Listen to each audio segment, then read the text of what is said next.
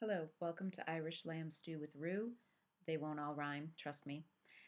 The first step in this is gathering all of your ingredients, and then you're going to want to cut the lamb into 1-inch cubes, and then you want to coat it in a flour, salt, and pepper mixture. And you can just put it in a big plastic bag and shake them around about 10 pieces at a time. And then you'll take those same 10 pieces and brown them in batches in the pan. And you can do more depending on the size of your pan. As you can see, I have quite a few in my pan.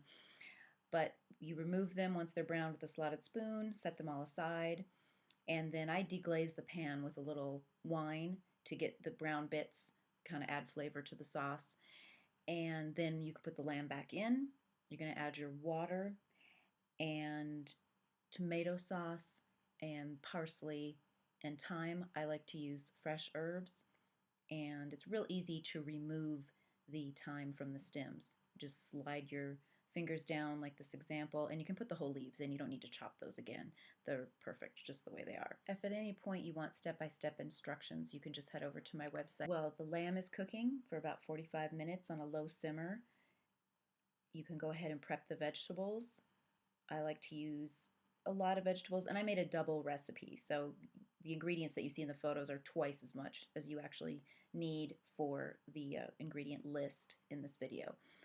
But just cube up the turnips, peel them first and cube them. And then you can do the same thing with carrots. I just use a bag of baby carrots, so I don't have to deal with that. Peeling the pearl onions, I found an easier way to do that this time. Usually I peel them by hand, but you can boil them, get some water boiling, drop them in for 30 seconds to a minute, then move immediately to an ice bath, cut that little end off, and kind of pinch them out, and these beautiful little pearl onions pop right out. Works great. The potatoes don't really need a lot of prepping.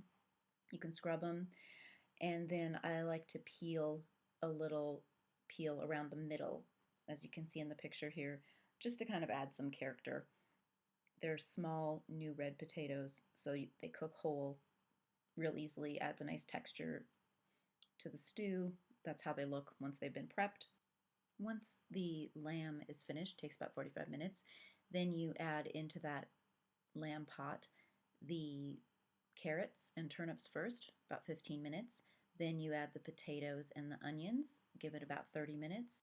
At this point, you can thicken the stew if you need to with a little additional water and flour.